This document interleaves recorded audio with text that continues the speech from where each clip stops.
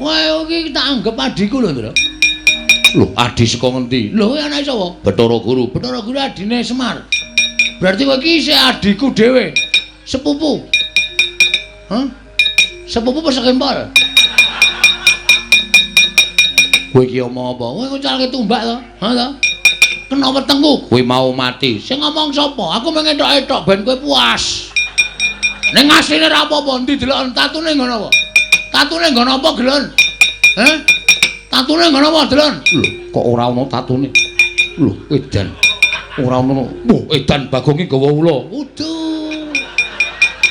Udu ula iki. Kadal. Kadal jengkulmu. Kowe mentala karo Bagong. Padha karo kowe wis mentala karo pati urip gunggung apa aku ngeman karo Ciapel. Dra. Ngopo ora dendani? Pengrawite bingung munine nggo endi. Oh, ngene iki dis ngono iki. Nyang. Nek kowe ndok terus piye? Ming muni siji ta mau klotik ngono ta. Wah, ngrusak rombongan kowe, Ndra. Man ketok kompak. Lah wong iso endok ora entuk-entuk. Ah, cerewet kowe.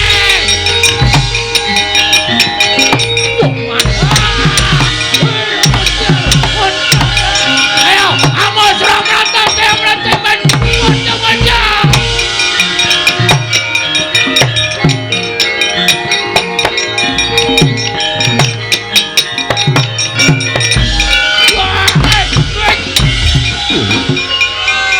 Wen gleleng kok. Edan Bagong iki. Sapa iki? Iki Dendra iki Dudu. Bathara Brahma dewaning geni. Wah, nyilireke. Dewaning geni kok nyilih rek ora. Aku kan mau ora golek ane metra kok kebingungan. Kene. Ya. Wes. Wah, dan tangane iso murup e. Dewaning geni apa-apa iso murup. Kowe kok ngamuk Bagong. Wes ora urusan. Ngajar karo Kakang Bathara. Ah, Indra sing marahi karo aku. Aku mung takon bapakku kok. Dhek diperintahi kon mateni Bagong. Apa aku salah? Apa aku kleru? Lho. Kleru mergo kowe ngamuk ning kayangan. Apa kayangan ki terus entuk diamuk, ha? Nek dewane do salah. Ora pantes dadi dewa. Nggo apa do dadi dewa? Kowe bali ya Bagong mumpung aku durung nesu. Lho, aku wis nesu ket mau e. Kok kowe durung ki piye? Mumpung aku durung nesu yen kowe aku nesu tak muja geni. Tak obong awakmu. Weh, arep ngetes kowe. Silakan. Silakan, yo. Ora apa-apa, aku mati ora masalah. Aku modal ora masalah. Nek genimu ora temomo ning awake Bagong, aja takon dosa lho, aja dianggep aku ngasorke derajate Bathara Indra.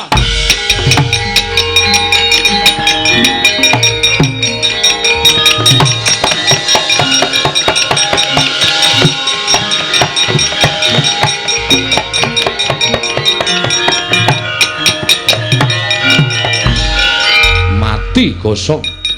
Ora bakal bisa mlawat. Ayo Gage, sambato dikandani ngayal. Halo. Piye kowe ngomong apa? Kowe ngapae genimu ki ngapae? Lho ora apa-apa Disawang. Rambuté ora ana sing kemritik mboko siji kok. Padake gampang kok, Bong. Kowe tegel karo aku, Brahma. Geniku tak baleke nang kowe. Mati ya. Wah, iya kowe. Al-Fatihah tujuh Kiseno Nugroho.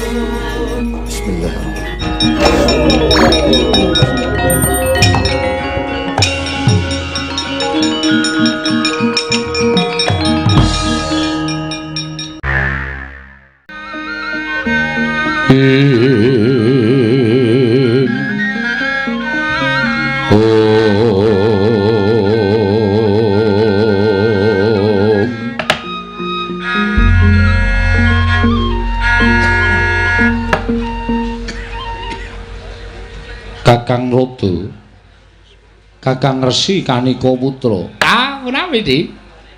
Sak menika sampun kadenangan Sinten to titah ingkang gadhahi pepinginan jebul nyatanipun dipun prisani kanthi netra batin boten saged katingal krana titah menika pancen dugal kewarisan menika ingkang sowan wonten ing Kayiwangan boten pangling rak menika Bagong putranipun Kakang Ismaya. Lho tenan. Perkencang warudayang wak wong. Lagu ngene. Bagong ki ya ngerti dalan ning Kayangan ta ya. Nganti tekan Kayangan barang ki ngopo bocah iki? Di. Nuwun sewu.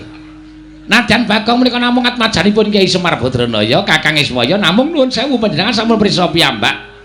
Jam terbangipun Bagong.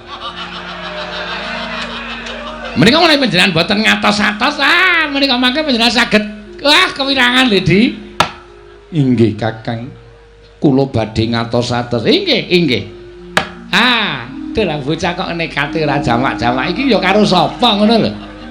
Nganti Bagong kok tekanangan ki wigatine apa? Lho ta. Ponokawan Bagong sawise satata nggonmu ngadhep padha raja sak praptamu Bagong. Ponokawan Bagong. Ora edan ta iki? Mulane ket mau dirasane ora nyaut lho. Wah, bocah edan nggih Bagong. Wah, jan wis ngeget-geti iki teko iki. Lho. Teko dengkul kita iki ora iki Bathara Antarada. Wah. Dewa to? Dewa. Waduh, nyuwun ngapunten Bu Kulun. Mohon maaf lahir batin. Ya. Wah, bocah edan ora. Niki kadewatan to? Iya, iki Kayangan Suralaya. Waduh, monggo kula ora numpak sepur lho. Lho. Kok ora ana sepur ki? Lho, jare Surabaya, Suralaya. Wah, edan tenan iki. Waduh, pirang-pirang ki ya Dewa. Iya. Sawa iki? Lho, basa kita. Sinten Bu Kulun? Ulun Bathara Indra. Waduh, Bathara Indra. Wah, iki Dewa kok untune pasangan. Iki asli nggo ngletak ndasmu iso pecah. Wah, Dewa aja ngono. Jangan gitu. Bathara sapa?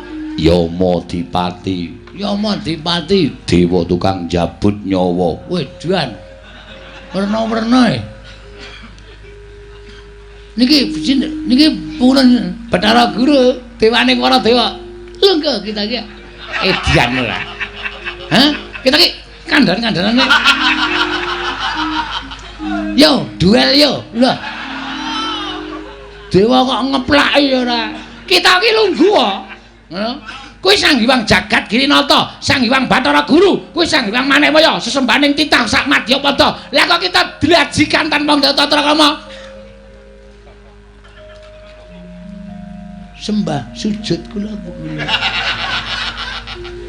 Iya Bagong ora dadi ngopo? Bu Kulun. Ana apa? Astanipun sekawan. Berarti bojone loro. Ora Bagong. Kabeh widodari dadi kelangenan ulun. Waduh. Temonjo. Ha iso ngloro-ngloro enek tangane papat ki. Ki iki iso dikandhani ora kowe? Kowe tak tendang genti lho Bu Kulun. Kowe sapa wae jenenge? Ulun Rada. Ulun kami tuane Kayangan. Ayo kok sikek santai. Waktune isih sewengi kok kesusu-susu. Bagong dalem padha kanthi raharja sak prapta kita. Nereng sambe pitu tansah pinayunganing kawidadan nereng sambe kala kepareng kula ngaturaken sembah sungkem sampean dekem kula antem.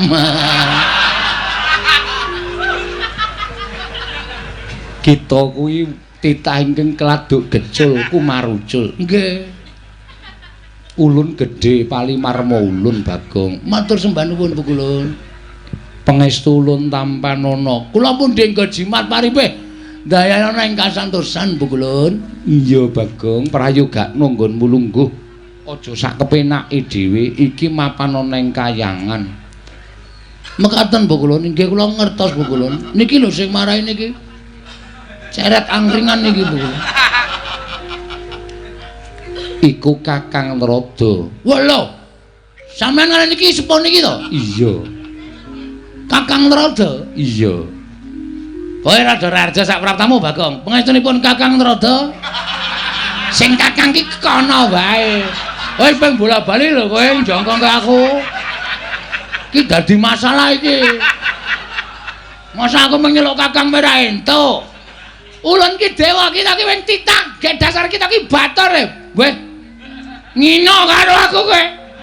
Kakang Narada mbok inggihpun kajengipun mboten menapa-menapa wong disebut Kakang kalian Bagong menika mboten menapa-menapa. Ngrungokke ora iki.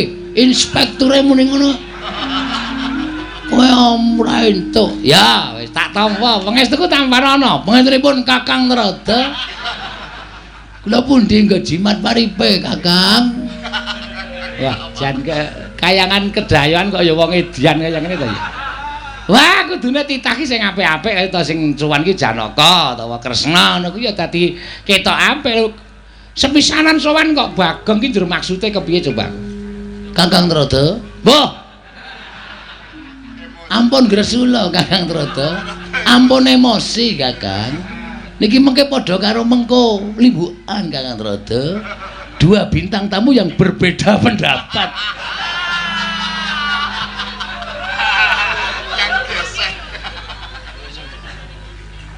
Bagong Padharjo sak prapta kita Bagong. Nun, Kita Padharjo. wita sapa? Kita. Kita piye maksude? Pripun kula radong? Kita kuwi Padharjo. Ngene tandane kita ki kowe. Oh, tak tonyo modar wae. Lek ngekaki jeneng Bapak Semari Bagong emang diganti kita. Ngene, kita ki basa kayangan. Oh, nek dewa nyebut kelawan titah kuwi kita. Nek dewa nyebut awake dhewe kuwi ulun. Oh, ngono. Ya. Oh nggih, Kakang Narada. Nesu Kakang Narada iki. Guyon kok njur orang senyum blas. Ora ngono Kakang Narada. Kakang Narada ngaturi sabar. Sampun boten saged. Bagong Kita Padharjo Bagong. Nggih, Bathara Indra, ulun wilujeng. Ngene tak omongi, sing nyebut ulun ki ming dewa. Lho, ha iki nendi? Iki ra nang kayangan. Aku nang kayangane berarti aku wis menjadi dewa.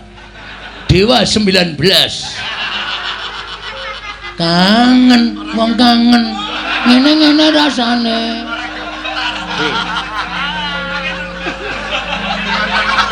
Dewa 19 kok lagune kangen kaya ngono iki. Kangene ora kaya ngono. Lah piye? Ora. Dewa kok nyanyi ora. Berarti sampean sok klithian golek kaset bajakan.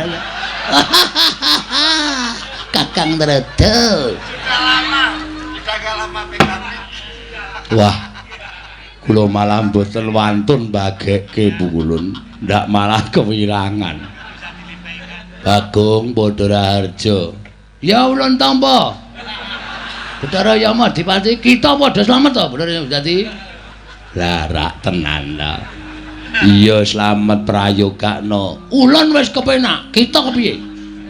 Ya aku wis kepenak. Ya, tiyo. Bathara Narada, ngapa? Nika sing nang mburine pukulun Bathara Guru nika ya widodari. Ayo kaya widodari. Ya kene widodari ana sing elek. Ya muni ayu kabeh. Kae sing gedhe kae ndebombek semono.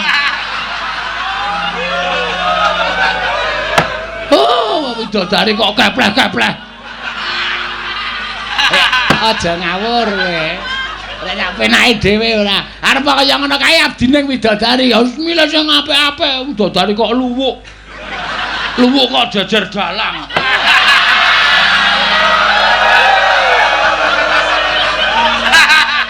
Kowe. Wah. Sak kepenake dhewe ya. Bagong, Wonten dawuh apa kulun? ulun bakal nyuwun priksa. Nun nggih. Badhe nyuwun prisa menapa kulun? Apa to sebabe dene kita munggah ana ing Kayangan, Bagong? Ngeten nggih, Bu kula. Kula niku ajeng teng Kayangan niku keblusuk.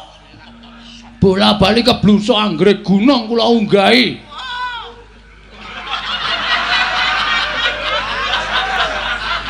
Anggrek gunung kula unggahi jebul dudu Kayangan. Medhun melih kula. Ketok wonten gunung gedhe tak unggahi. Dudu Kayangan, medhun meneh kula. Lengung lunggah ngrekoso le medhun ming maplurut. Trembelane to kae iki. Lah nek ora ngerti alamate ya ora usah tekan Kayangan. Wah ya kepengen kaya. Wong niate jujuke ning Kayangan kaya.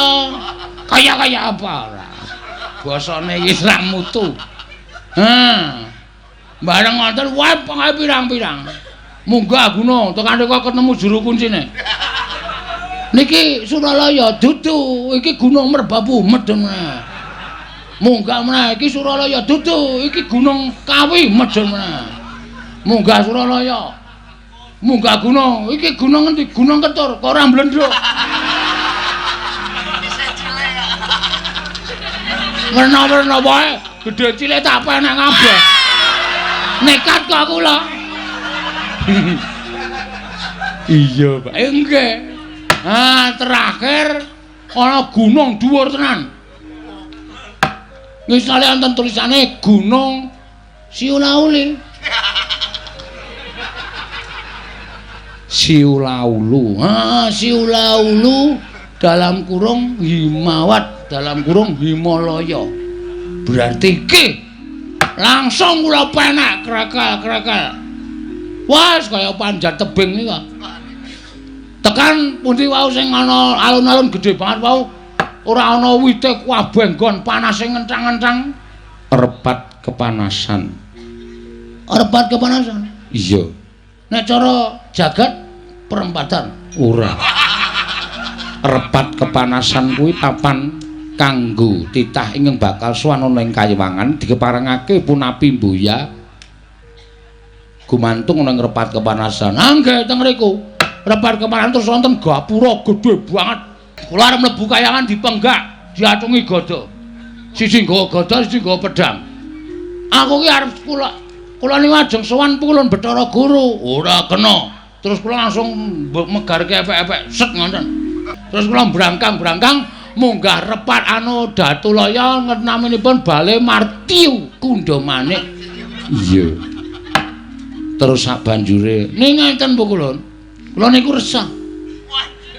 Iya. Ati kula resah dan gelisah. Iya. Menduki di sini. Di sudut sekolah. Tempat yang kau janjikan. Iki lagune Obi Mesak. Wah, iki dewa sok nyetetep. Wah, aku kok malah kejeglong-jeglong iki. Mutar kena tak pancing do katut kabeh. Resah ati kula Bu Kulon. Pokoke sedih sebabe Dek wingi nika ora kula jagongan kalih Gareng, kalih Petruk. Iya. Petruk niku ngendikake ro Gareng, ngrangkul Gareng, "Reng, aku ketemu ro bapak wisan sing pirang-pirang abad wis tau pisah ro awake dhewe." Gareng muni, "Heeh, Petruk." "Heeh." "Sapa bapake awake dhewe kowe?" "Kowe kelingan to Begawan Salantara, Gandarwa Raja Bali ya Gandarwa Maya." "Lah mau ketemu nang ndi, Truk?" Gareng muni ngoten, "Nang alas. Bapak mengestoni ro awake dhewe." Terus wong loro niku do tangis-tangisan kesenengan atine merga ketemu bapak. Terus kula takon Petruk, "Truk, berarti bapakku ya Begawan Salantara." Petruk muni, "Udu. Kowe iki mbiyen jaman penjajahan ana londo njajah Indonesia kuwi nalika semono ku nang tengah alas. Bingung nang kono meng ana kewan-kewan. Terus ngerti-ngerti mbok piye critane ana munyuk meteng."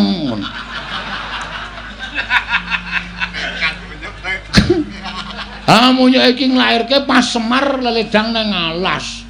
Terus bayi iki dopeni jenengke Bagong. Kula kok rada keloro-loro nggih. Maksude pasuryan kula sing kaya ngeten mosok anak munyuk. Kula terus rumangsa kula ora mungkin anak kula namanya munyuk. Terus kula niat kula ajeng gugat teng kahyangan. Kula niku ajeng nyuwun priksa pukulun. Ning mboten priksa lelara lho. Iya. Ajeng nyuwun priksa.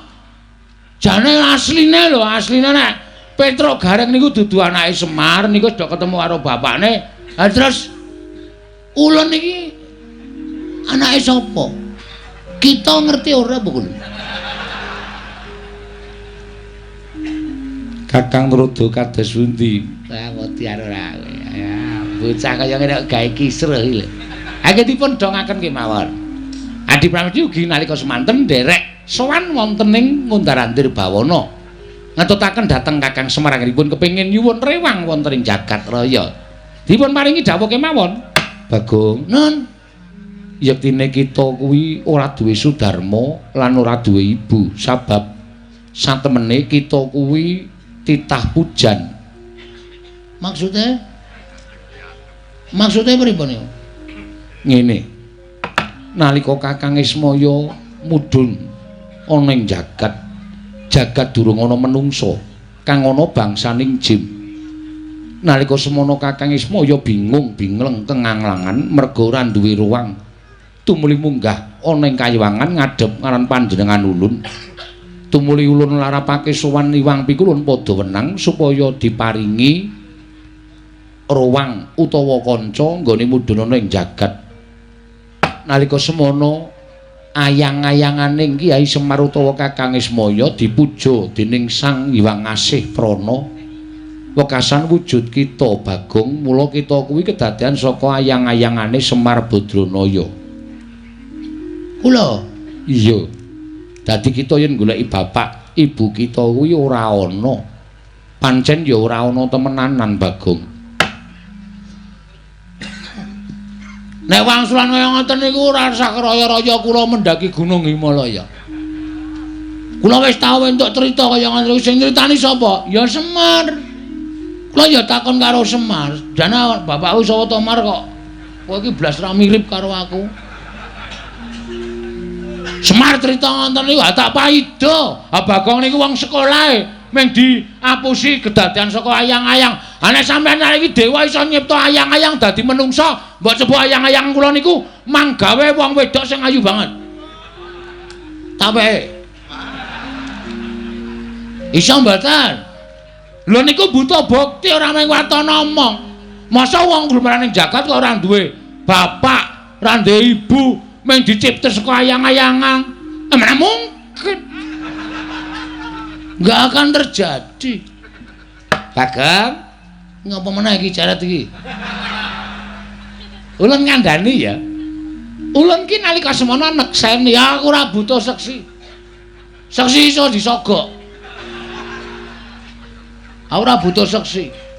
Seksine Iwang Pikulun Bathara Guru seksi sing ora iso dibuktekke. Seksi golek-golek kok.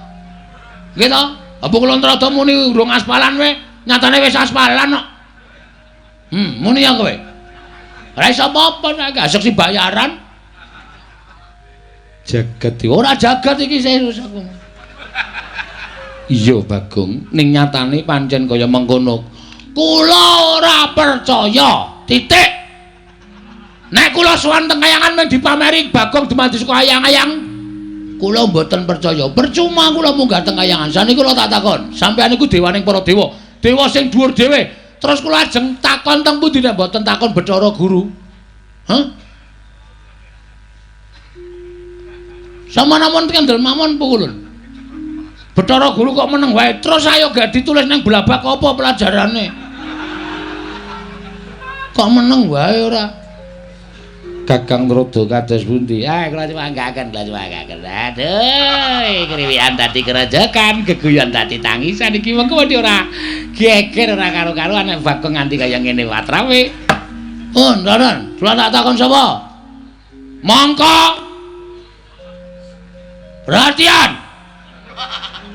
Bocah iki ngapa ta ya? Nek nganti Pikulun Bathara Guru gak iso. Ngomong cara apa meneh iki? Menjelasno. Sapa to? Bapak Inyong Warataya. Mau wetan saiki bali kulon. ngawur banget. Wis tak antepi niating tekadku. Rawe tak rantas. Malang tak putung. Trima Bagong modar ning kayangan ra masalah. Tegesan. Kok tegese piye? Tegese aku ora seneng, nek tegesan isih dawa kula seneng. Golek tegesane kok pamerke nang kene ora. Tegesan tegese kita bakal ngraman kayangan. Apa boleh buat? Nek kula mboten ngerti. Bapak kula sapa? Kula mung dak musi asal saka ayang-ayang. Aku ora trima. Tan trimane Bagong. Sampeyan ngerti nek Bagong nesu. Pirsa ta? Siji, Bagong nek nesu mesti bengok-bengok. Loro, panganane kancaku tak entekke kabeh. Bagong nek nesu. Niku mula ngati-ati. Nek kula wis kebacut nesu, wah wis niki kriwikan dadi grojokan, geguyon dadi tangisan. Sampeyan ajeng mengandalkan sapa nek sampeyan ra iso paring dawuh, bapak kula sapa? Niki napa? Dewa sing nang mburi kula niki ne. Kula leboni selang jog banyu tumpangke kompor modar jeblok dhewe. Dewa kok ceret ngene kok dupeni. Edan ta. Iki keplaki wae jajal iki. Rasa semangkean nama putra panjenengan Iwang Pikulun Bathara Indra ajeng ngundurke kalih Bagong. Iwang Pikulun Bathara Guru ramene keterangan bapak kula rawe rantas malang tak putung. Sampeyan ora pantes dadi ratu ning dewa teng kayangan.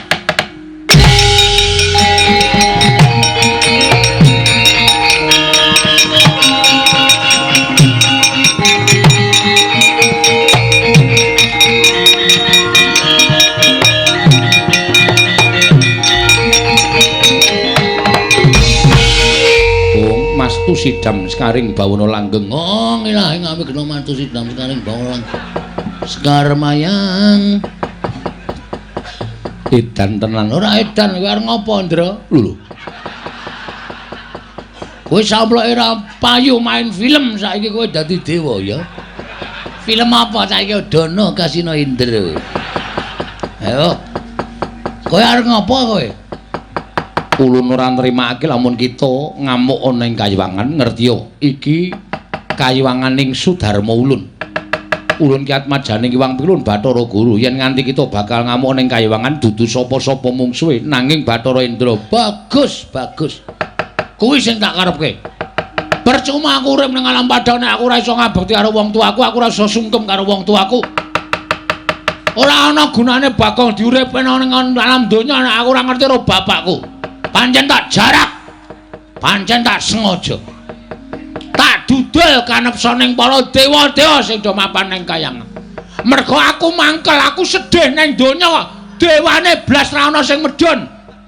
Ora ana sing takon karo Bagong, Bagong ana masalah apa? Ora ana blas. Ndekno nek sing sedih bendara-bendaraku Janaka, Werkudara, Puntadewa, lagi sedih-sedih ae dewa do teng celurut rebutan. Nek sing sedih wong cilik ngene iki dewane ra ngetok. Dewa model apa kok tak takon? Nek sing sedih wong duwe derajat, duwe pangkat, dewane do teka teng celurut do pecisan. Barang sing sedih kawula cilik wong mlarat kere kaya aku tileki wae ora aja kok tileki. Batinmu mesti modar mbok men, ngono ta? Semangkean. Areng apa mendelik nang arep aku? Ulun bakal ngusir kowe. Bajigur padake kere. Ya ndeng aku kere, heeh. Kita bali ning Madyapada. Ora iso. Wis tak niati aku mati nang repat kemanasan tak lakoni. Mergo ngerti ya, aku sowan mrene iki ora ijen. Lho, nggawa wadyabala. Nggawa bojo. Panjenengan bojoku wis tak tanting. Yem. Aku arep munggah ning kayangan. Aku mesti ra bali, aku mesti mudhar. Kowe melu mati ra? Gandeng kula tresna kali Mas Bagong, sebaya mutu sebaya mati, omah ditinggal kula nderek sampean. Iki samyem nunggu nang repat kepanasan. Kepanasan kae buan pecah sirahe mbok men. Aku munggah wis berdua, dua sejoli karo bojoku, Ndra. Dewa iki ora malati nek karo Bagong. Titaliane iki jangkar karo dewae do kewalat kok iki drandra-drandra ora ana sing kewalat babar blas. Kon numpangke kompor kowe. Ngrasani ora. Sermu piye? Metu njaba. Piye? Metu njaba. Kowe ngerti ora akibate metu njaba? Sing jeneng wong bebrayan ana nang alam padang. Sing wing resmi dijabke karo kawah kuwi aja nganti ditokke njaba. Ben duwe anak, ben beputra. Aku dewa kok malah ngaran ngajani elek. Oh, macam apa kowe iki? Kabeh iki men do duwe keturunan, anak beranak. Kok malah sampe metu njaba metu berarti titah iki sing do kurang ajar iso melu-melu karo dewa. Wis ditokke njaba ta. Kita sing metu njaba. Mah. Beda e. Tegese metu ning repat kepanasan. Endra, le omong iki sing genah, aku ndak malah kewirangan kowe. Ayo tak jak metu ning repat kepanasan ngono. Tak jak metu ning repat kepanasan. Sire karepe. Bakal tak jarwani sapa wong atuwa kita. Lho, bapakmu ora ngerti kok kowe arep ngerti. Kowe arep aksi tipu-tipu karo aku ya. Kowe arep ngapusi karo aku. Buya, ulun ingkang ngerti. Nadyan Kanjeng Rama pukulun ora mangerteni nanging ulun ingkang ngerti. Apa mau, Hondra? Buya. Boya ya apa kulun? Boyai ora. Oke. Nek kowe nganti ngapusi, aku mboya mikir 2 kali lho. Yang kritik kandhane terus kata-katane dienggo. Mesti tak rampungi kowe. Aku wis ora mikir, aku ora wis mboya mikir kowe iki dewa mboya dudu. Kowe tak rampungi tenan. Ulun Boyawedi. Padha aku ya Boyawedi. Nek ngono ayo saiki dineng repat kemana? Nek nganti kono engko kowe ora ngandani aku aja takon dosa. Ulun Boya bakal petungan perkara dewa apa titah. Ning mesti sira mesti bakal Boya tak wenehi apa ya? Kawelasan. Mergo aja kok kowe warung wis saiki aku niat Boya bayar. Wong edan ora metu njaba kramasi epek-epek. Aku wis bar keramas pisan, Nduk. Akarmu gak kayangan mau wis bar keramas, yakin sumpah. Aja dikramasi nggo epek-epek. Indra junjungan metu njaba, ndak omong wae bocah iki. Iki nek ora tak junjung metu njaba malah omong wae, iki ya dewa elek meneh iki. Hah? Wis tokke njaba isih dijunjung. Model piye kowe tak takon? Ayo, arep omong apa kowe?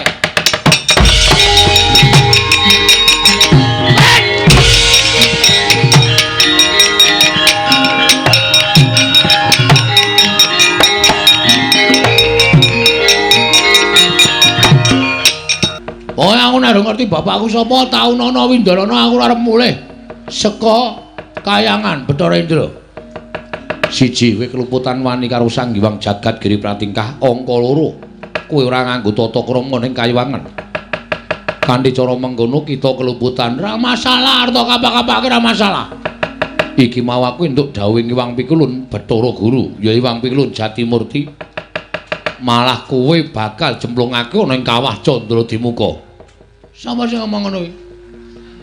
Bathara Guru. Ngarsa, Dudu. jare guru ki Den Bagus sing ngarsa. Dudu.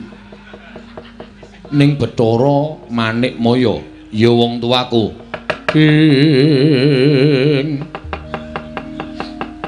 Kagyatri sang kapirang urin angkul kinempit-kempit dosang reknaning bawana.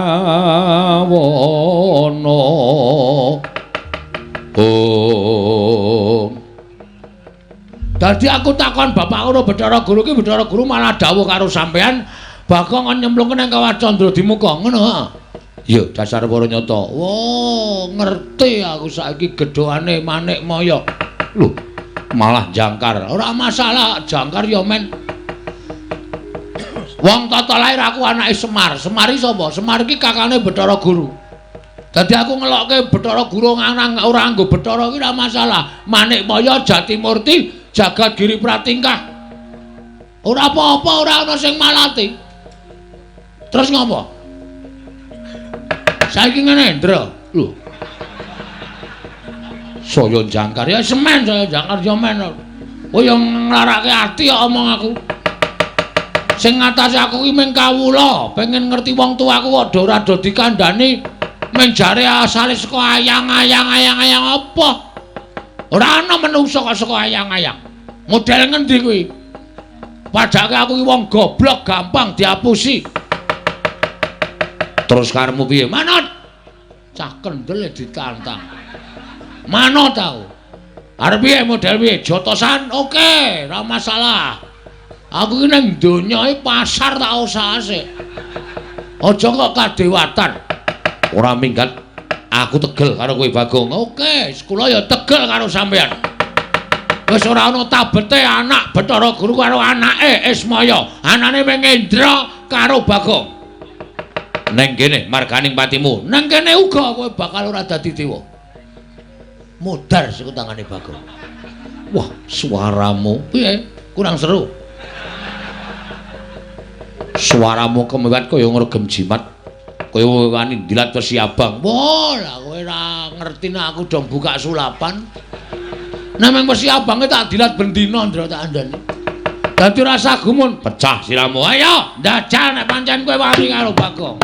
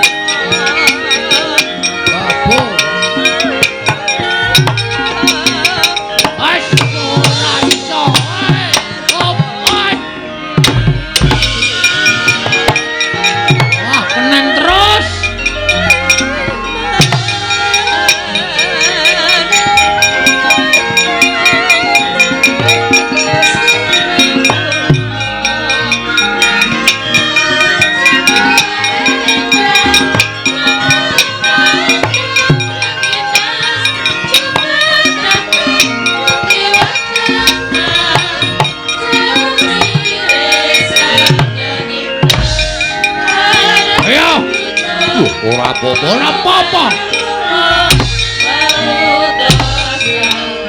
Hai,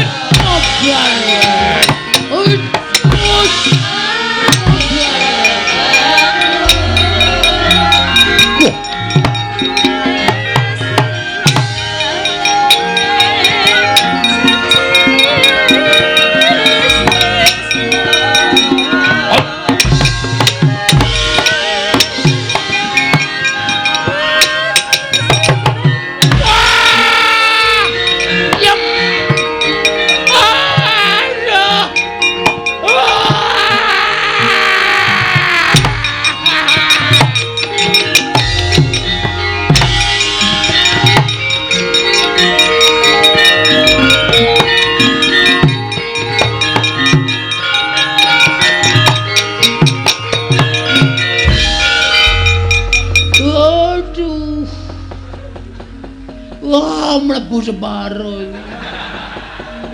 Oh, kerasa tenan. Ah, Bathara Indra tenanan. Yem. Wis mulai urang. Aku kesuduk tumbak iki kon wetenge kacau. Metu getihe yem. Modar tenan aku. Modar. Aduh. Aku menggoyang. Aduh. Bari ngono kekuatan.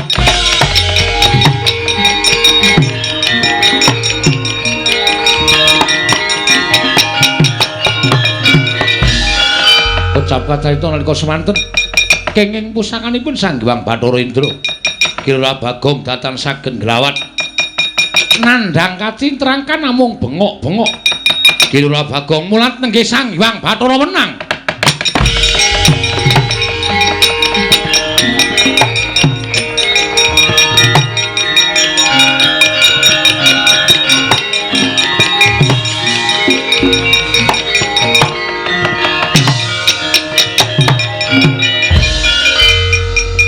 Wilahing Mastu Nama Sidam Skaring Bawana Langgeng.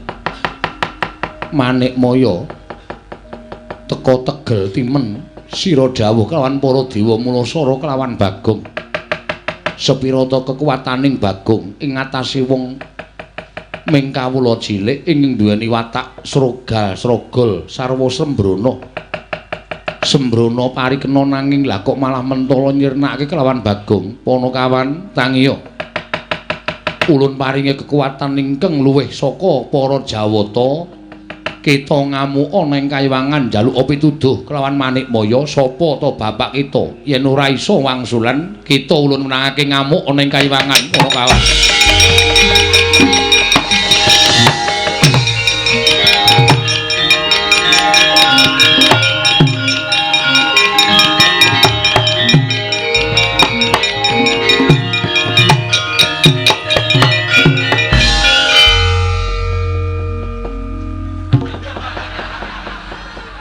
Apa ya iki mau nguncalke bambu runcing iki mau temancep neng dada anggepe Bagonge wong loro saudon telu saurupan apa piye Bathara Indra ora pangling mentala karo aku tak kira kowe karo aku iki jek sedulur lho Ndra kowe anake Bathara Guru aku anake Ismaya tuwa aku mbangane kowe kudune nyeluk aku iki Kakang aku dadi kowe malah wani nguncalke tumbak nang wetengku. Temancep untung aku kuat, untung aku digdaya. Bathara Indra, lara nyaur lara. Utang pati nyaur pati legane.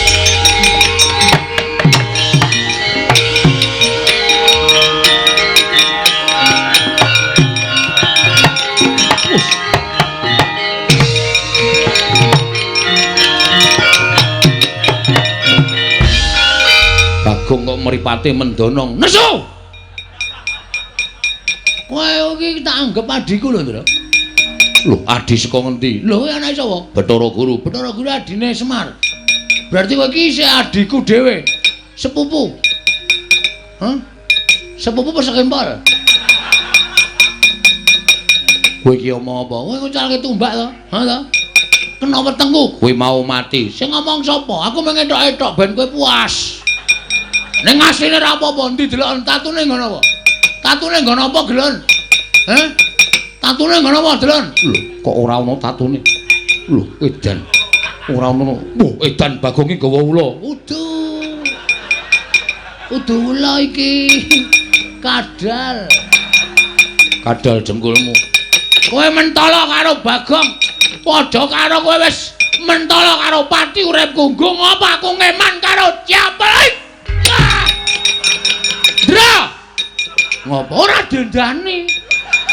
Pengrawite bingung muni ning nggo endi. Oh, ngene iki dies ngono iki. Nyang. Nek kowe ndok terus piye? Ming muni siji ta mau klotik ngono ta. Wah, ngrusak rombongan kowe, Ndra. Man ketok kompak. Lah wong iso endok ora entuk-entuk. Ah, cerewet kowe.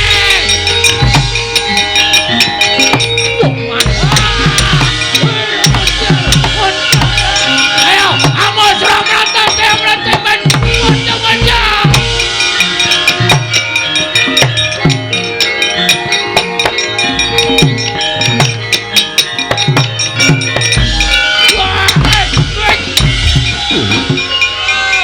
Wah, gleleng kok. Edan Bagong iki. Sapa iki? Iki Dendra iki. Dudu. Bathara Brahma Dewaning Geni. Wah, nyilireke. Us. Dewaning Geni kok nyilih rek ora. Aku kan mau ora gorek arep metu kok kebingungan. Kene. Yo. Wes. Wah, edan tangane iso murup. Dewaning Geni apa-apa iso murup. Kowe kok ngamuk Bagong? Wis ora urusan. Ngajar karo Kakang Bandolendra. Ah, Indra sing marahi karo aku. Aku mung takon bapakku kok dhek diperintahi kon mateni Bagong. Apa aku salah? Apa aku kleru? Lho. Kleru mergo kowe ngamuk ning kayangan. Apa kayangan ki terus entuk diamuk? Heeh. Nek dewane do salah. Ora pantes dadi dewa. Nggo apa do dadi dewa? Kowe bali yo Bagong mumpung aku durung nesu. Lho, aku wis nesu ket mau. Kok kowe durung ki piye? Mumpung aku durung nesu yen kowe aku nesu tak mujo geni. Tak obong awakmu. Weh, arep ngetes kowe. Silakan. Silakan, yo. Ora apa-apa, aku mati ora masalah. Aku modal ora masalah. Nek genimu ora temomo ning awake Bagong, aja takon dosa lho, aja dianggep aku ngasorke derajate Bacara Indra.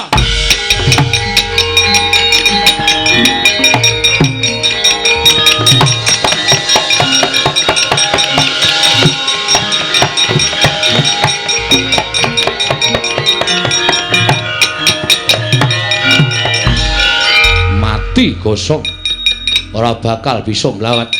Ayo Gagi, sambato dikandani ngeyel. Halo. Piye kowe ngomong apa? Kowe ngapae genimu ki ngapae? Lho ora apa-apa Disawang. Rambuté ora ana sing kemritik mboko siji kok. Padake gampang kobong. Kowe tegel karo aku, Brama. Geniku tak baleke nang kowe. mati ya. Oh iya,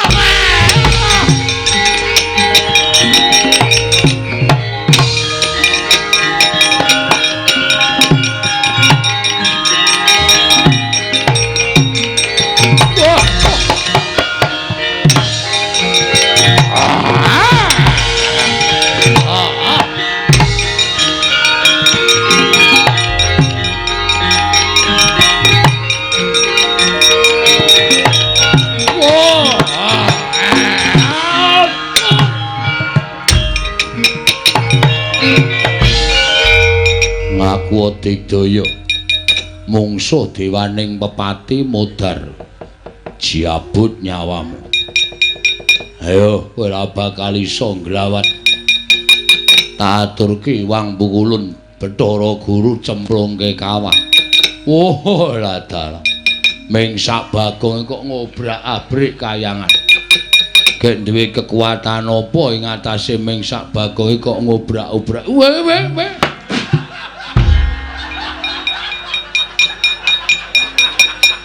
modar.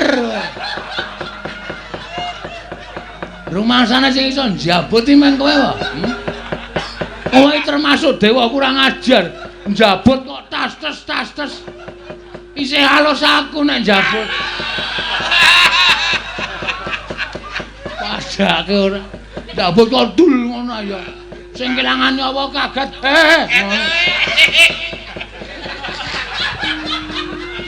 Njabut ki ya trunyu ngono ta. Sing kelangan nyawa ki ikhlas. Njabut kok dul ngono. Ayo iso. Apa karawe? Lah tak baleke nyawamu ya Madipati. Modar wis jabut genti. Dewa sang udit ora ya? Alah, tisu basah minan. Oh, paling menggo raup paling. Dewa gawane ming tisu basah.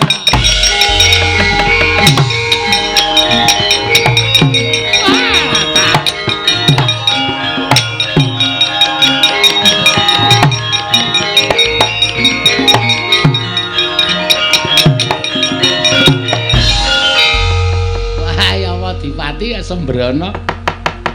Arek kae njabut karo Bagong malah geni dijabut glecak. Wis ora taya kowe. Mati ora kowe. Ya Madipati aja kaya bocah. Kita kuwi dewa kena lara rumputing pati tangi ngger. Tangi ora rasa dipethoke Bagong tangi aja kaya bocah cilik ya Madipati.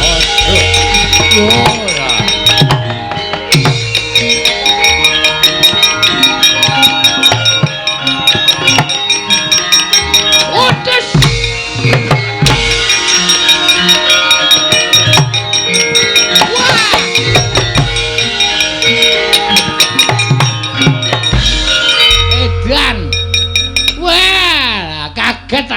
karo Bagong mripate mendonong. Wah, nek ra mlayu cilaka iki. Nek ra mlayu mesti kisruh mergane. Wah. Cilaka tenan. Wah, anak Semar nek wis nesu ya gilani. Gugu karepe dhewe. Alah mesake. Dewa kok cawete suwek. Wah!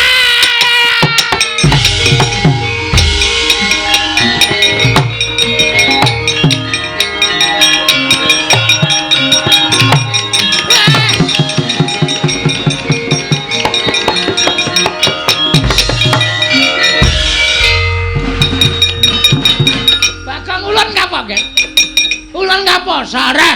Aku ki ora arep ngapa-ngapa. Tenang. Ayo madhep rene. Trundul iki. Dewa bengi iki jan kocar kacir kabeh. Mungsuh Bagong. Nyo, tak kei Dit. Dewa kok suwek. Mulai tak ngetke saka ngisor kuwi iki kelontrong, Pak.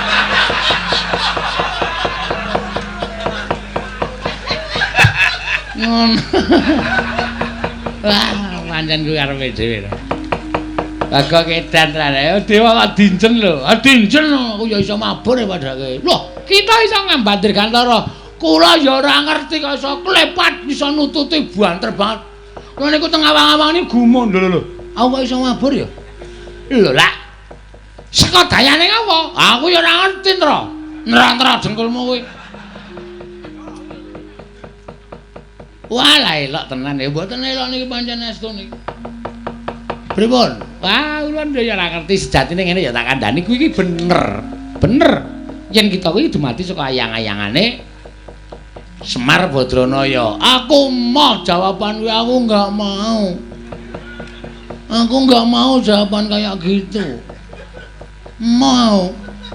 Lah terus kuwi kita butuh wangsulan sing kepiye? Cetha. Bapakku sapa? Adipati sapa? Nek Ratu Sinuwun sapa? Nek Pendhita Penemban sapa? Ngono ora mung saka ayang-ayang. Enggak, aku enggak mau. Ning nyatane ngono, aku ora percaya. Aja gawe mangkelku to. Hah? Anjabut nyawane kaya omah dipake. Kose. Aja. Jabut nyawamu modar. Mati ak talene ak glundungke. Wah, jan bocah iki. Lah nek aja ngluputi karo panjenengan ulun, aja ngluputi karo panjenengan ulun. Ulun ki mung kami tuwaning kayangan. Ulun ki mung kami tuwaning kayangan. Sing ngerti sejatine ya Iwang Pilun Bathara Guru. Guru kon tindak rene. Lho, kita iki titah kowe iki sing rono. Ora sudi kesel. Guru kon rene. Guru ora kowe ora iso ngrawuhke guru tekan kene.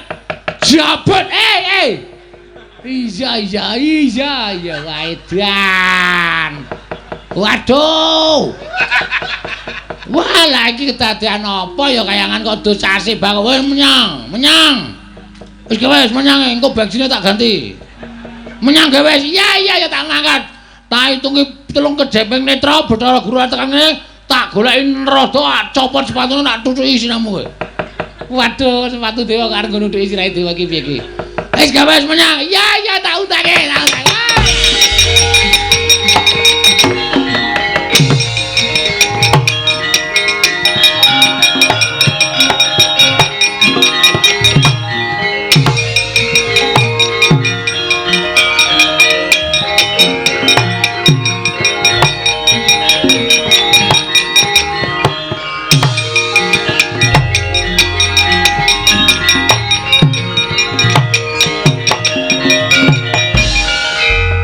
Pandhita kang kinarya wangsit pindha kumbang ngajaping tawang susuh angin ngendi nggone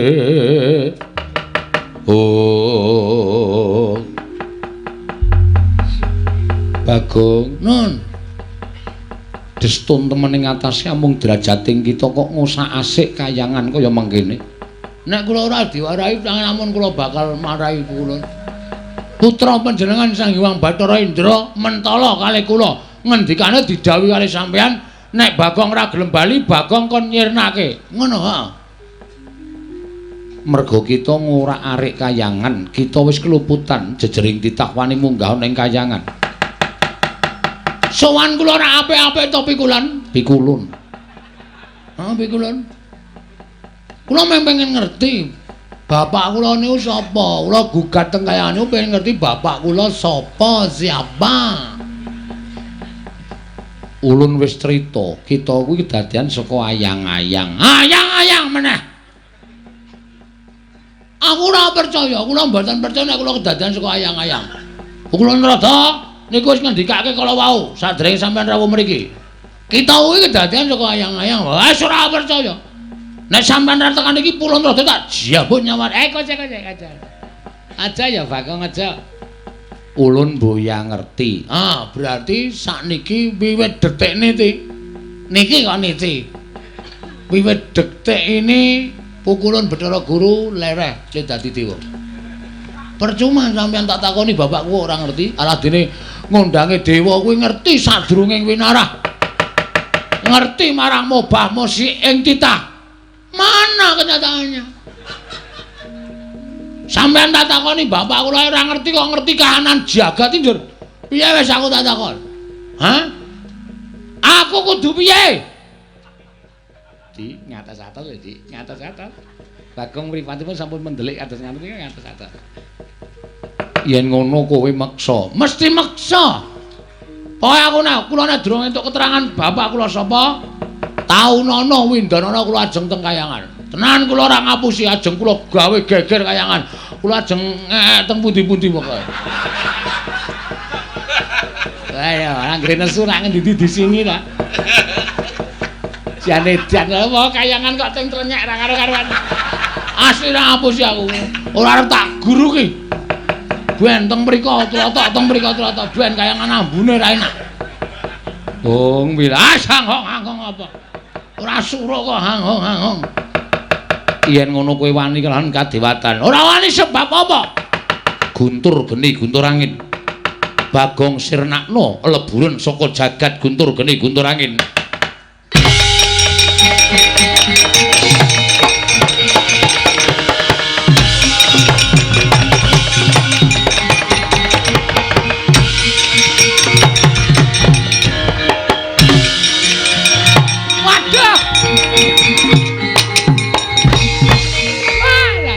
Edan niku. Bocah dugal kewarisan ditamani bledek, ditamani guntur kok malah mboten krasa bablas. Malah niku wau mak clorot ajeng didilat karo tatit kok tatite dikop. Pemain bal. Edian. Bagong kok ora apa-apa. Lho. Sampeyan mau malah dolanan kembang api barang apa? Stos. Men dolanan kembang api aku lho niku nang omahe gawane long bumbung nganggo plem-pleme. Emang kembang api cilik-cilik ngono. Mas, ndak masalah tumrap kula. Kita kuat nampani Cis Trisula, Cis Jaludara. Ulun ngakoni keunggulan kita, Bagong. Oke. Silakan. Wis bae ketoke aku modar tenan iki. Nek wis ora apa-apa ya wis men wis rada gleleng iso. Kena guntur geni guntur angin wis ora apa-apa wis ora masalah. Iki pusaka ngaran Cis Jaludara, Cis Trisula. Ulun tamakke badan kita mesti lebur tumpur tanpa dadi. Pon mang tamake men lebur bangane dadak nyaring. Pun nggih pun mati dening ulun. Pun mang tamake gawe.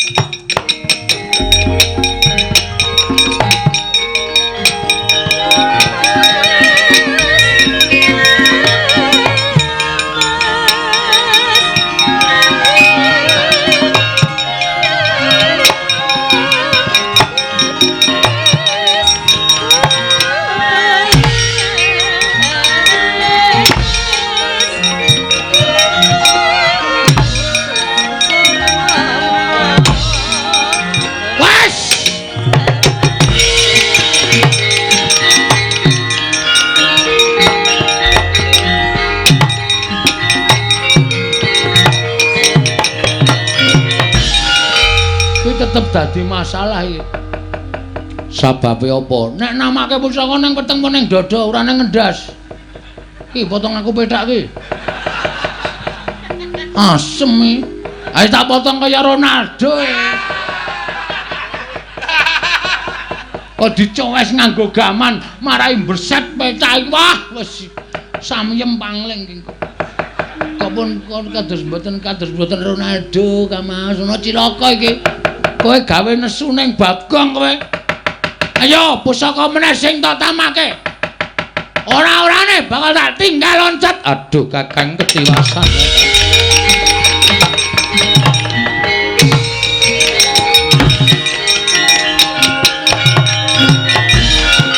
Edan kecekel neh aku. Alah, sabar. Duduk manis.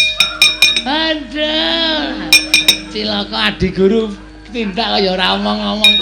Aku kaget arep menggok kaya disaut Bagong. Ketangkap yang kedua kali. Jenuh jerah apa tidak? Wis ketangkap yang pindho kaya mesti ora jerah kowe. Ora jerah kowe. Parat kowe ya.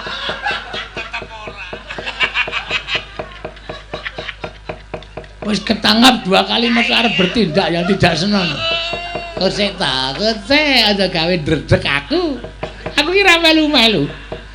Sing nibake Guntur Geni Guntur Angin mau adik guru, sing nibake Cis Jaludara mau ya adik guru. Aku ngerti ta, kita ngerti ta ulun mung teko nang mburi. Ora melu apa-apa ketok sikep ki. Iki terus aku kudu piye pukul Antarada? Aku harus bagaimana? Kita arep takon bapak kita marang sapa meneh wong Bathara Guru ya ora ngerti. Kudune guru ngerti. Guru ki sing gawe rapot kok ora ngerti.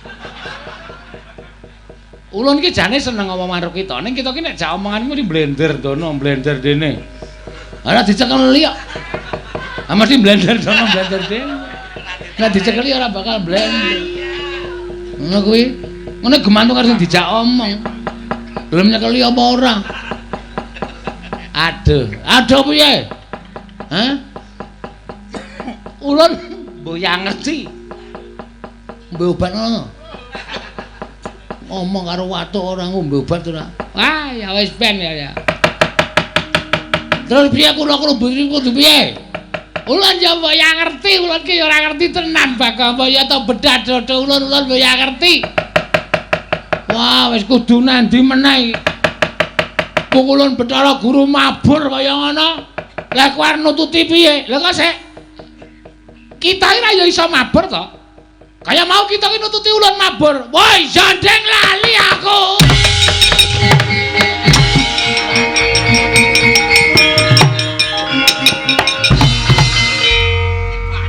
Bangkeane nggo pancatan. Trembelane tenan kok. Dumen rada ki rada wungkuk terus bangkeane nggo pancatan. Wah, bocah kok kaya ngono. Kakang Semar kaya ora ngilik ki. Wah. Aku wis monggo ditipun sekecaken ning nyuwun pamun lho Di ngatos-atos Di. Kedah prayitna ing pangandikan. Menawi boten prayitna mangke Bagong malah saya ngombro-ombro pakarti.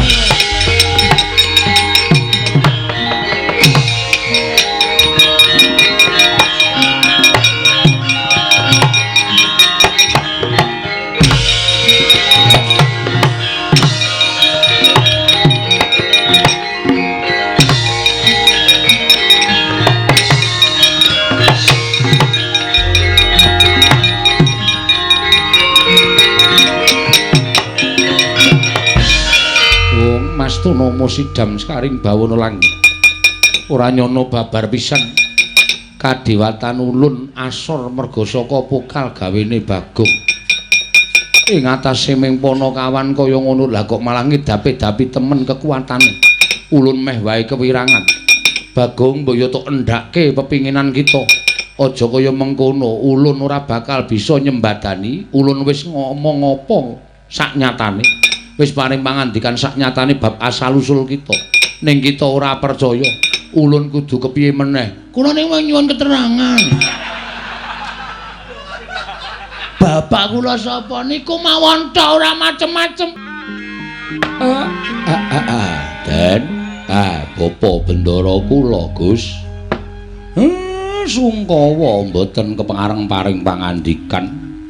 Kepareng kula cumadung dawuh Ndara. Nggih Gus.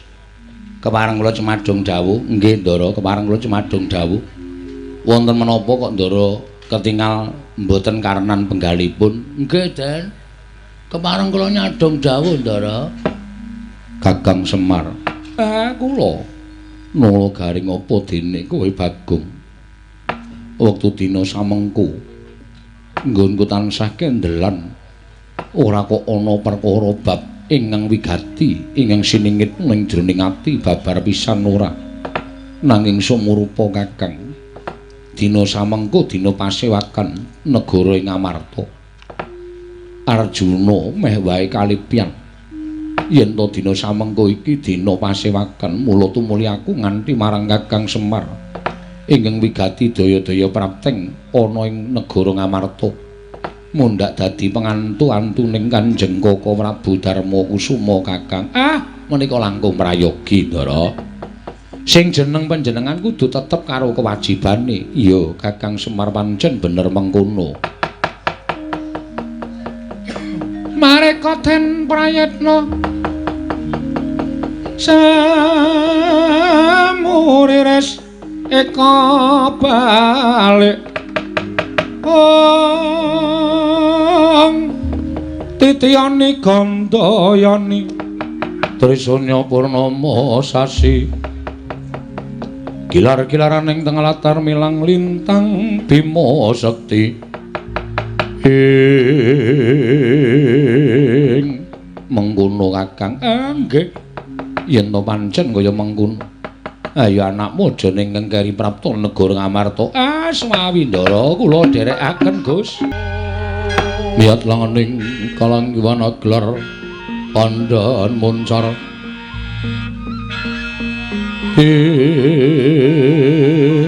Non lir kekonang surem sorotetan padang.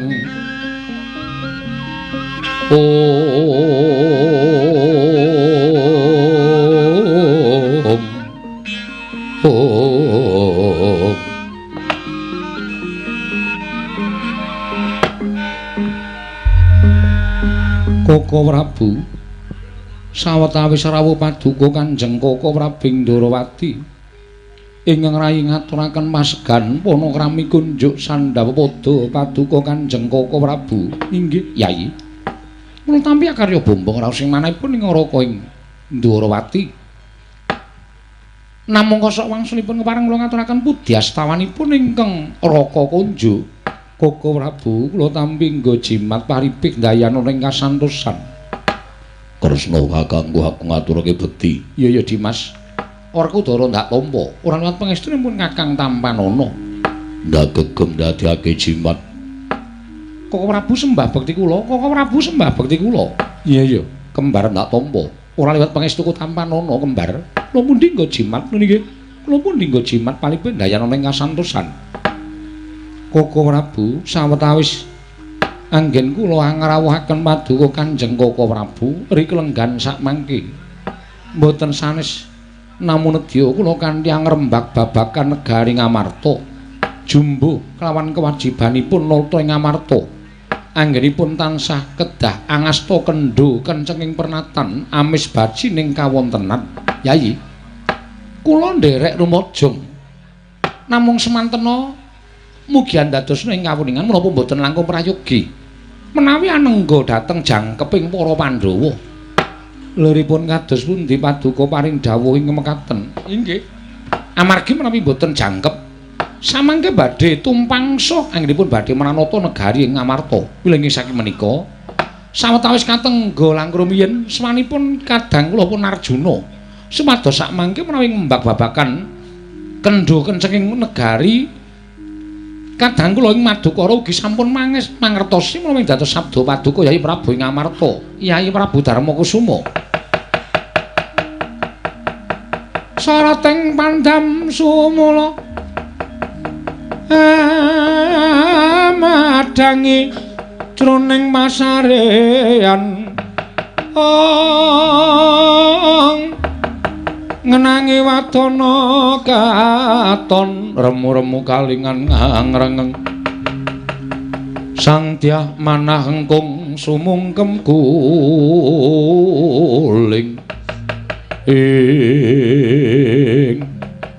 dereng ngantos paripurna sami Mbawacana kasaru ingkang abiyantara miwah ingkang rawuh madyaning negari Ngamarta nenggah Iwang Pikulun Jatimurti akarya cingak sangya para Pandhawa long-long ing tiya mangungkung kandhuwan limang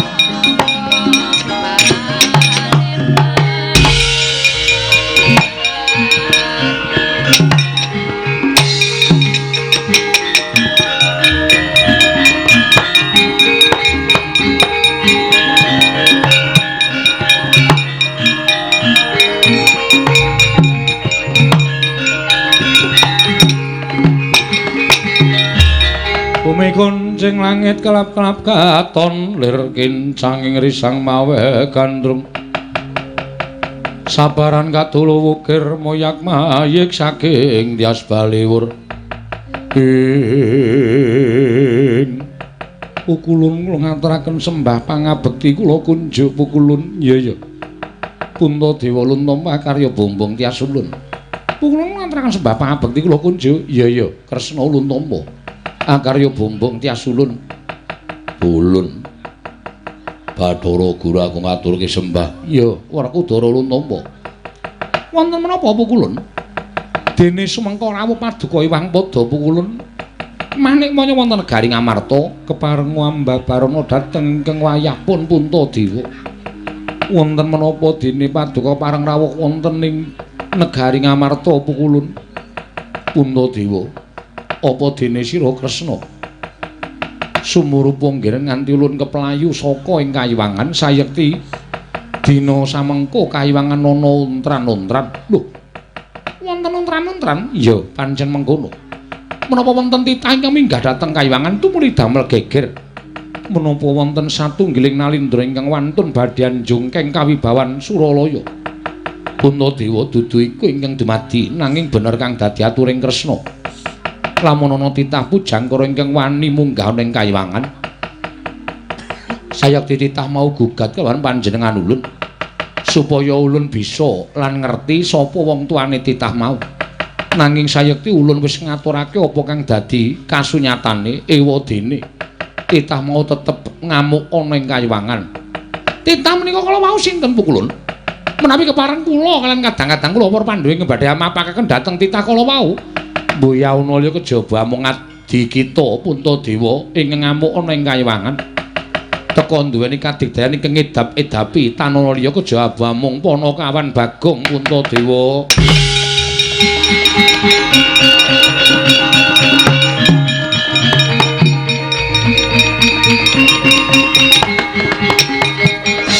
jagat Dewa Bathara jagat pangestu para wae lah dalah Werkudara Bagong sing gawe geger kayiwangan. Wah, ora pati duka mono. Kaya ora diwulang karo sing gerak. Ing atase derajate Bagong wani ngobrah-abrik kayangan. Kresna Lilanana aku tak goleki karo Bagong. Dina samengko ngoyak kelawan panjenengan ulun Werkudara. Wah, cah edan.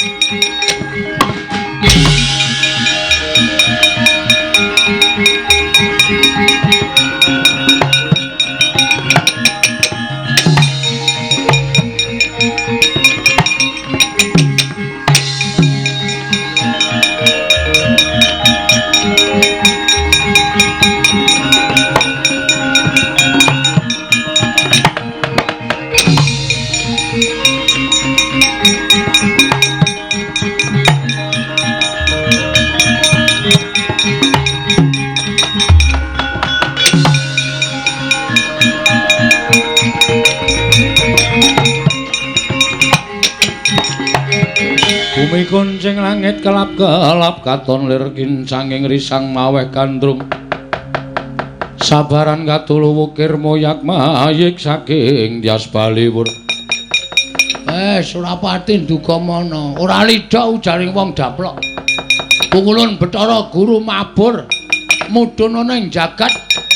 Aku wis mbaten mesti sowan para Pandhawa. Apa dianggep dume Bagong musuh para Pandhawa wedina wae piye? Tetep bae aku arep takon nek ora ana sing menehi keterangan karo wong tuaku. Aku ora bakal nrimakake marang sapa wae. Yata laruta saking Gudha Sang Kurakala. Yen namutusa Sang Sri nalika semanten ki Lurah Bagong ingkang linenggahan Sang Hyang Bathara Wenang.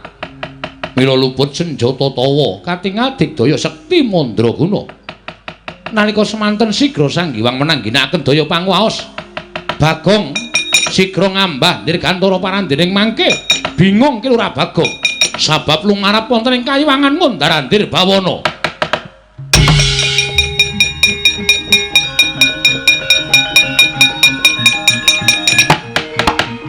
Lho.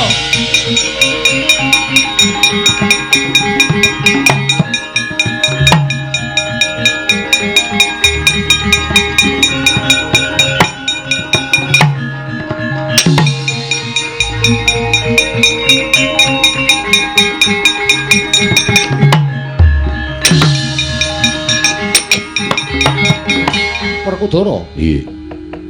Apa Hyang Jagat Girinata? Apa ya kelakon atur dura? Wah, nadyan aku dhewe bingung. Jarine diuyak Bagong kok bareng tekan kene ora eneng sapa-sapa. Bagong ya ora katon. Apa Bagong wedi merga Hyang Pikulun Jagat Girinata mlebu ning negara Ngamarta? Aku dhewe ora ngerti. Lho, kok sik? Lah kae Janaka to kae.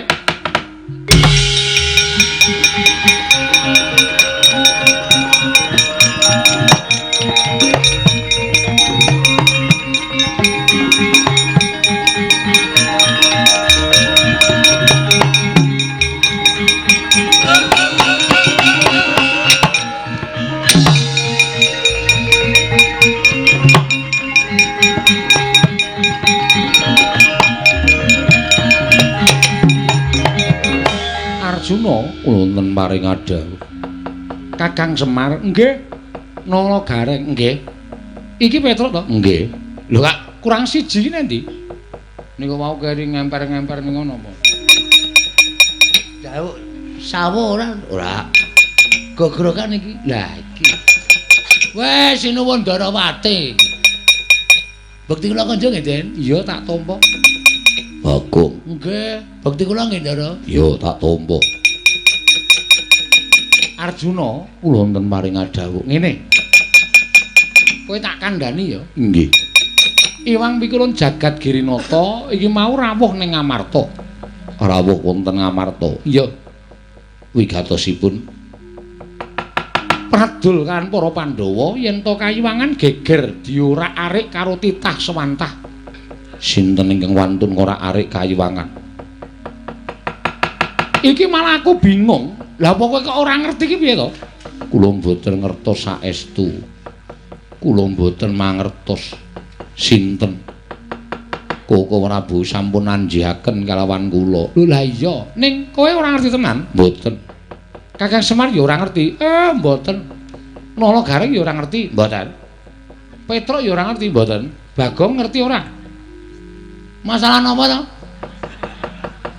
Kowe ngerti ora lelakone Hyang Pikulun Jagat Girinata? Lho, Hyang Pikulun Jagat Girinata ki napa? Wah, ora sabodele iki. Kowe ngaku apa ora? Ngaku tak gecek sirahmu, ora ngaku tak pateni. Kusik Werkudara sabar, sabar kusik to. Napa, Petruk? Ya mbuh aku ora ngerti kok ya. Enten apa to, Ndara? Aku ora ngerti, Petruk. Hyang Pikulun Jagat Girinata rawuh ning negara Ngamarta. Terus ngendikane Hyang Pikulun Jagat Girinata kayangan diurak-arik dening menungsa lumrah. Kok Koko Prabu Lendangu kalawan aku sajak Cubriya kalawan aku. ora karo kowe Janaka. Ning kowe apa ora ngerti tenan? Mboten saestu. Semar ya ora ngerti.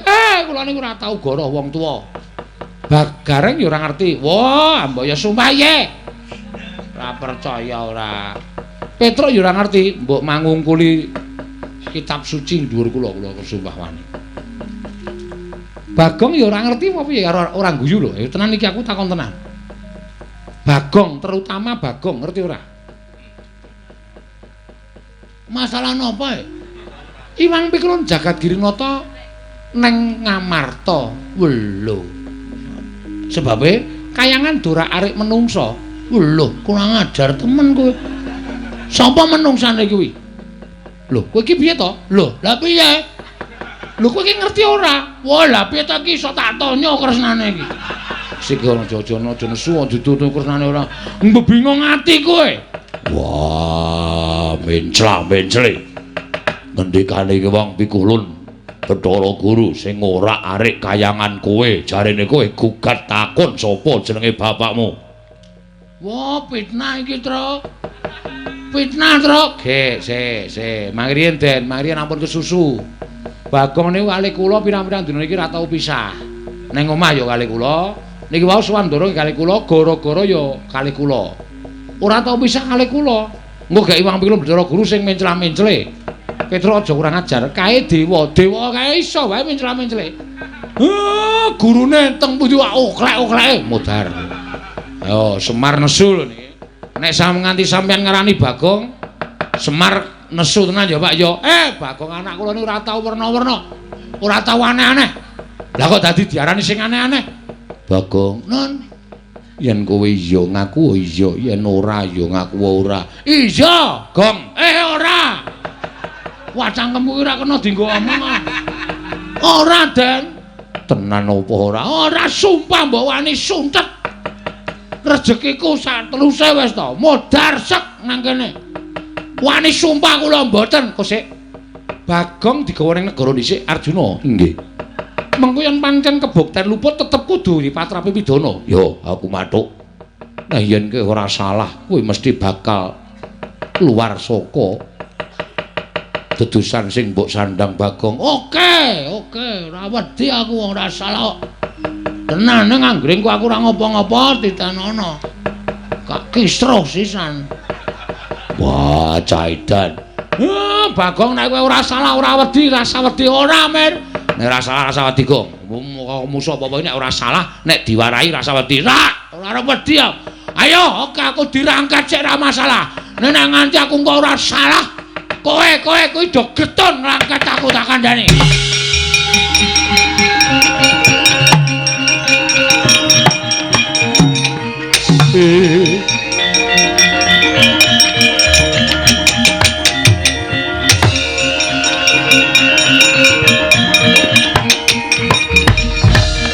Toro. Iya. Lah kok dadi aku malah bingung. Mongko Bagong tetek banget nggone rumangsa ora salah. Iki piye? Wis dinteni. Pundhate nglakon. Gusti Maha Adil mesti menehi pepadhang tumraping Pandhawa.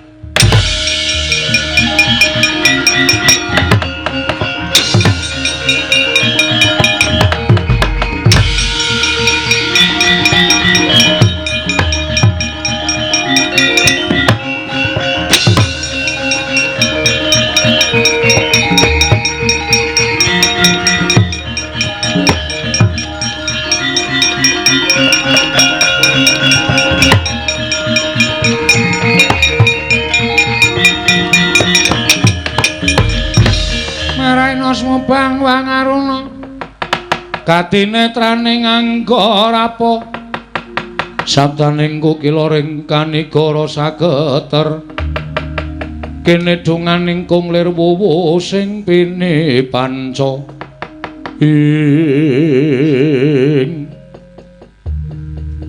ya anake sapa yaene klitian iki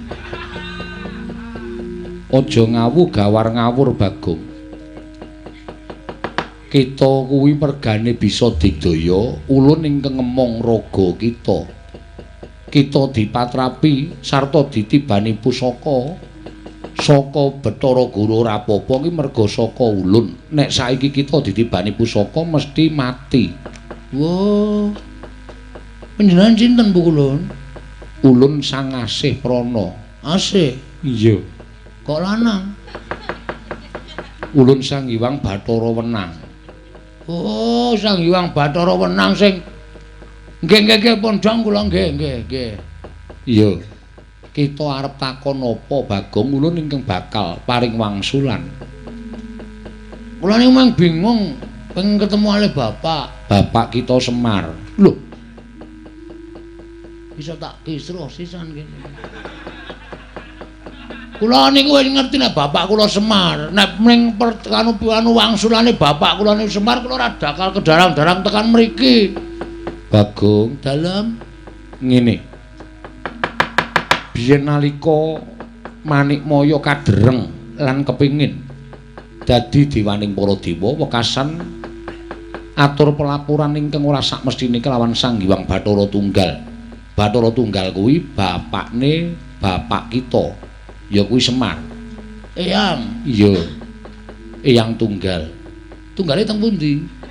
Jenenge Eyang Tunggal. Oh, nggih. Tumuli Semar dikon mangan pagering bumi ingkang sisih wetan. Ismaya nalika semono jenenge lan Tejamaya ya Teja Mantri dikon mangan pagering gunung sisih kulon. Kekarone padha bubrah ragane wekasan ditundung urip ana ing jagat. Nalika semono Tejamaya dibuang ana ing jagat sabrang, dene Ismaya dibuang ana ing jagat tanah Jawa. Nalika semono durung ana bangsaning menungsa sing urip ana ing jagat kuwi bangsaning jin. Oh, nggih. Lah, nalika semono ulun dhewe ingkang darbe penemu nalika si Manikmaya nglarapake kelawan kadange sepuh ya kuwi si Ismaya sowan ana ing Ngundaran Tirbawana nyuwun supaya diparingi ruwang. Nggih. Terus nalika semono ulun paringi ruwang ya kuwi wujude ayang-ayangane Semar ingkang ndak puja dadi wong kang ndugal kewarisan. Tumuli diparingi jeneng Bagong. Mula sak temene kita kuwi anak Semar sing tuwa dhewe, Bagong. oh, ngoten. Iya. Wah. Anggere mulai ngetraki Petruk. Adikku ora masalah. Ning tetep kita ingkang tinemu ragil dadi perkarane kaya mengkono kuwi. Kena ngapa kita ora percaya marang Bathara Guru? Merga Bathara Guru mboten ingkang muja kula. Sing muja kula saking ayang-ayang wujud manungsa niku pukulun Sang Hyang Wenang. Iya, pancen ulun. Nah, nek panjenengan sing paring dawuh kula wis percaya. Ning sok kula pripun niki napa ya bali dadi ayang-ayang melih? Sesuk ana candhake lelakon dhewe, Bagong. Oh, ngoten. Iya, ulun durung bisa mbabar ndak ndisiki panguwasaning Gusti. Oh, nggih. Wis kita lega. Pun. Alah gene meng kaya ngono nggih nek sore kok gayange ra jamak-jamak. Dina meng alah wis jan wis. Wis. Iya, pancen kudu kaya mengkono, Bagong. Nun nggih. Kita bali ning jagat merga bojo kita ingkang kita dawuhi wujud Bagong dina samengko dirangket dening Pandhawa sabab dikira kita ingkang ngosak asik kayiwangan. Walah, yem. Lek mbelani karo aku jan lahir batin tenan yem. Nggih kula tak wangsul. Iya, kita mudhuna ning jagat. Oh nggih. Ane le medhon pripun wong kula ora iso mabur. Kita iso mabur merga saka ulun. Lah nggih, lah terus saniki kula ora iso mabur lek arep medhon pripun dadali? Ulun kita sipat angin supaya aja nganti pati-pati tiba negara Ngamarta, Bagong. Sendika.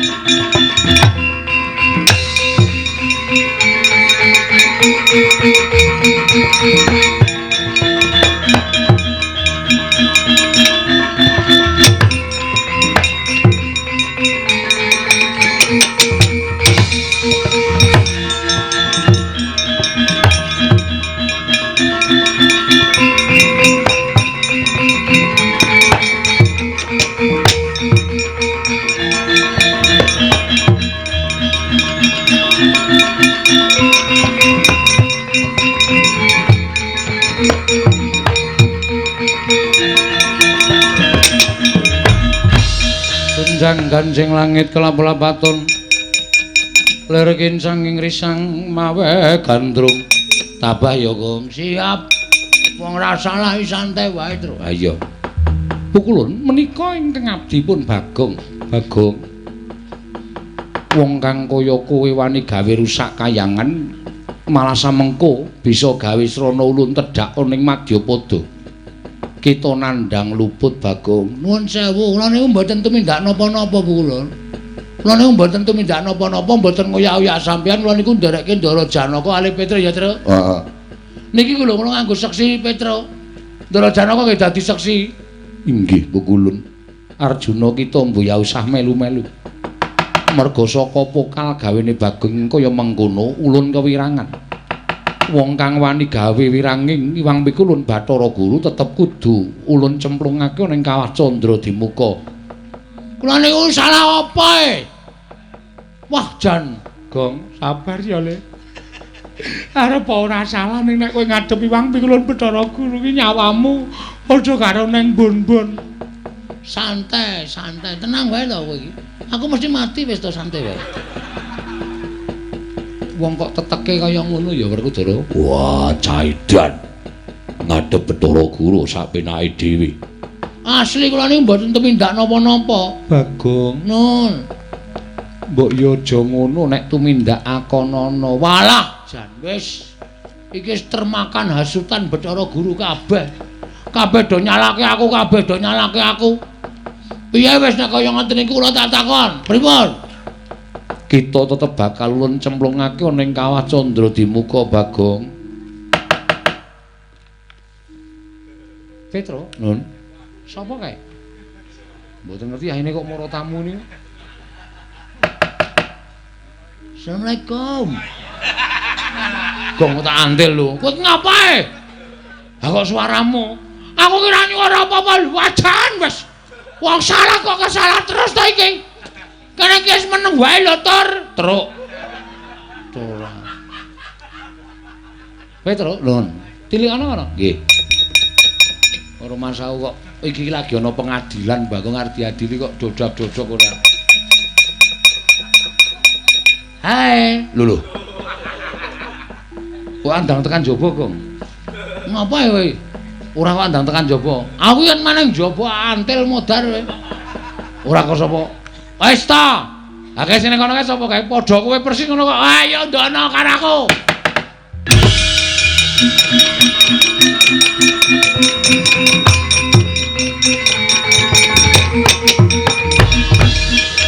Apa lakon apa-apa kok dadi kembar, lakon apa-apa kok dadi kembar.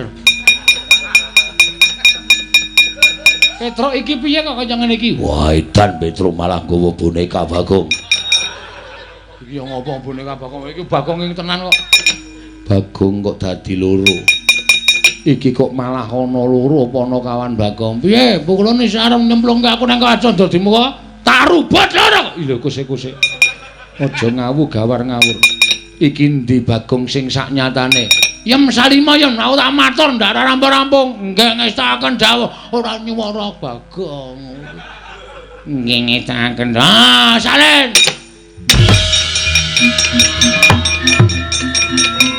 Mundur.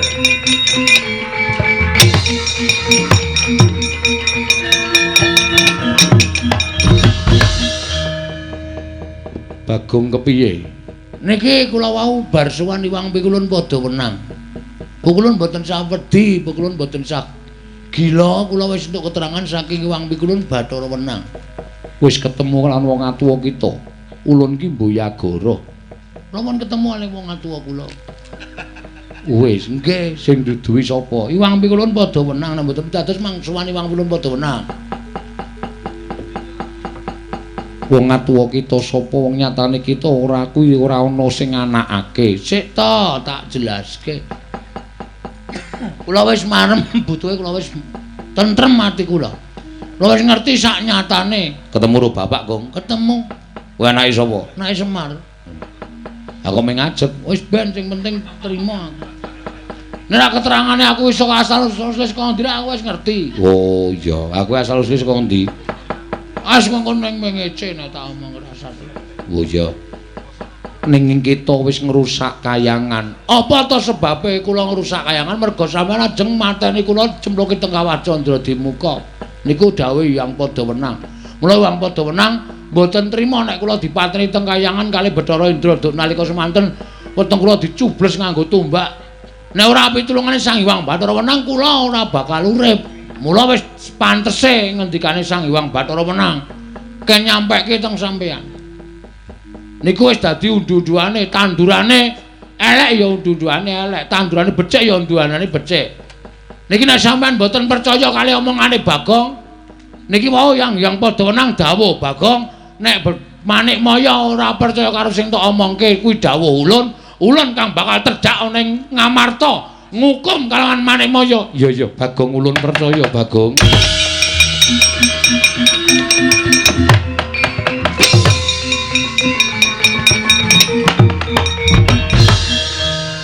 Apa tenan Bagong? Sing endi? Sang Hyang Padawenang arep tedak dhewe ning Ngamarta nek Iwang Pilun Ndara Guru ora ngakoni. Ora. Iku ya pinter ngono lho. Amen gek rampung e. Nek ora ngono kok dadak perang meneh.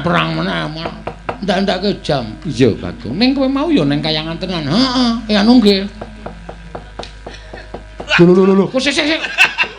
Sing lungguh dampar kok kowe iki ngopo? Ora ana sing lungguh ya. Ana tempat kosong ya tak pake. Kuwi iki dampare Yai Prabu Darma Kusuma. Bagong wong edan sak penake dhewe dampare ratu. Wis mulai iso gelut iki wis.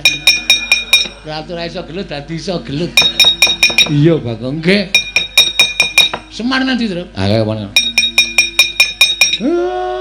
Piye, Tole? Aku wis ngerti Pak sejatine. Asline tuwa dhewe anakmu ya aku to, Pak. Jane iya. Ning merga kabeh mau kudu nganggo Petruk Gareng tak dadekke sing tuwa kowe sing enom. Ya ora apa-apa. Berarti aku nek sia-sia karo Petruk ora kualat. Mula kowe Unek-unekke Petruk, unekke Gareng ngapak-ngapake Petruk ku tangeh kualat wong jane umure tuwa kowe. Oh iya. Oke. Tunggu besok malam. Kok njur ngancam besok malam barang wis kene wis rampung kok iso besok malam. Sia-sia karo Petruk aku. Sia-sia karo Gareng. Ora kualat ya, Mir. Iso. Saku wis marem, Pak. Nggonku gugat ning kayangan wis ditampa karo Sang Hyang Jagat Girinata lan wis dinehi keterangan karo Sang Hyang Padawenang. Alhamdulillah, aku wis ngerti asal mula bukaku, Pak. Tetep aku ndereke bapak tekan jaman apa wae, Pak.